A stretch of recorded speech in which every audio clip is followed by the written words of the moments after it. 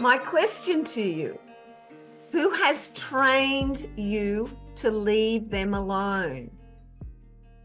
And who have you trained so that you're left alone? What I mean by this is sometimes you might go and ask someone to do something and they'll give you such a song and dance about why they don't want to do it that you won't go and ask them again.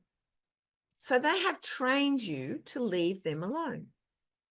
It may be that people come and ask you and you huff and puff and moan and groan, and then you find that people don't come and ask you.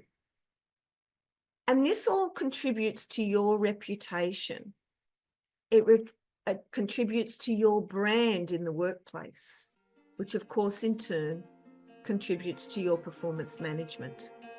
So if someone has trained you to leave them alone, one of the things that you might want to consider doing is